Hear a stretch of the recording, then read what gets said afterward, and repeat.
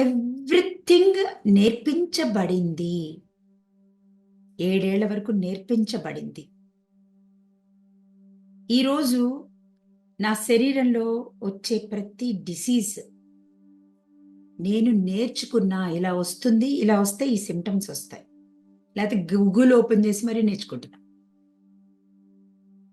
ఈ డిసీజ్ రాగానే ఇప్పుడు నాకేం వస్తుంది ఇప్పుడు చూస్తాం అవుట్ సైడ్. బట్ చిన్నప్పుడు మనకు అంత పెద్ద నాలెడ్జ్ లేదు. చిన్నప్పుడు అమ్మ నాన్న ఏం చెప్పారో, ఏం నేర్పించారో ఈరోజు నేను అది చేస్తా.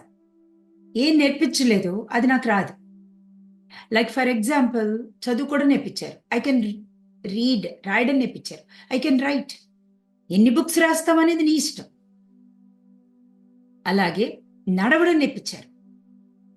ఈరోజు నేను పరిగెడతా. నాకు తెలియకుండానే నా యాక్షన్ లేకుండా నడు అనగానే నడుస్తూనే ఉంటా.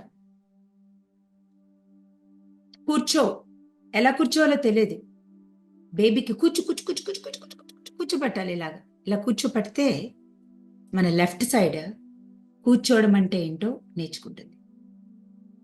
నించో నించో నించో నించో బేబీ నించో నించో నించో పడిపోకుండా నించో నించో నించో నించో పడిపోకుండా అలా నించోవాలి.